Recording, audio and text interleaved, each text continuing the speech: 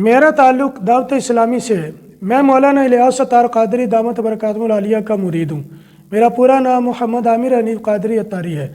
मैं मरियम नवाज़ साहिबा को ये बात बता देना चाहता हूँ, समझें, हम आपकी बात को मान लेते हैं कि टीएलपी वाले जो लोग हैं वो ठीक नहीं हैं, तो चलें उनको तो एक तरफ करें।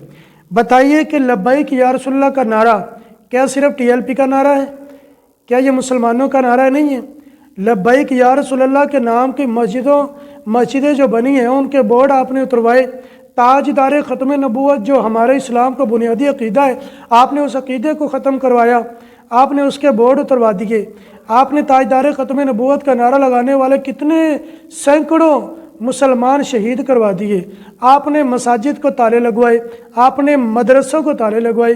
अब आपने जो है पेशकश कर दी है कि हर इमाम मस्जिद को माहाना 10,000 रुपया वजीफ़ा मिलेगा, और वह किस चीज़ पर मिलेगा, उसमें भी कुछ पाबंदियाँ होंगी। सबसे पहली पाबंदी ये है कि आपकी जो मस्जिद है वो हुकूमत के कहने के मुताबिक जुमा पढ़ाएगी।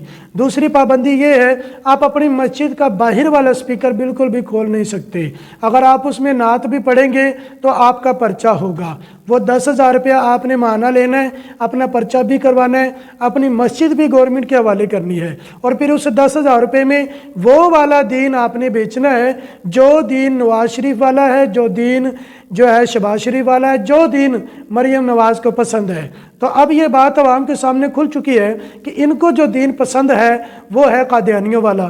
तो अगर आप कादियानियों वाला दीन बयान करना चाहते हैं, इस दीन को बेचना चाहते हैं, इसको आप सामने लाना चाहते हैं, तो ठीक है, हुकूमत का फॉर्म फिल करें, मस्जिद हुकूमत को दें, उनके अंडर रहकर उनकी मर्ज़ी के जुम्मे पढ़ाएं और 10,000 रुपया माहाना लें और मौजे करें।